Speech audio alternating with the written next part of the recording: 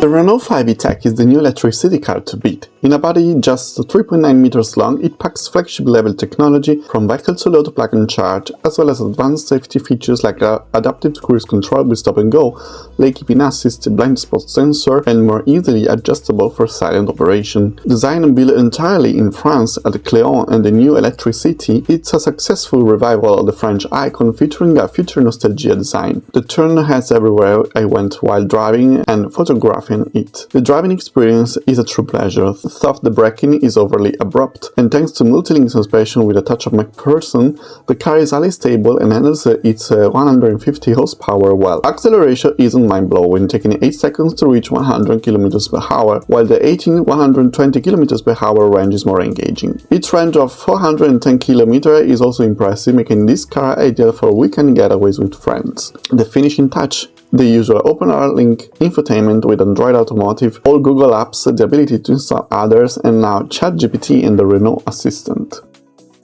What we like is the excellent material quality for its category, the outstanding drivability, and the flagship-level features. But what we don't like is the central tunnel that is unnecessary and bulky, some hard plastics that feel out of place, and the braking needs a recalibration and there's no one-pedal drive.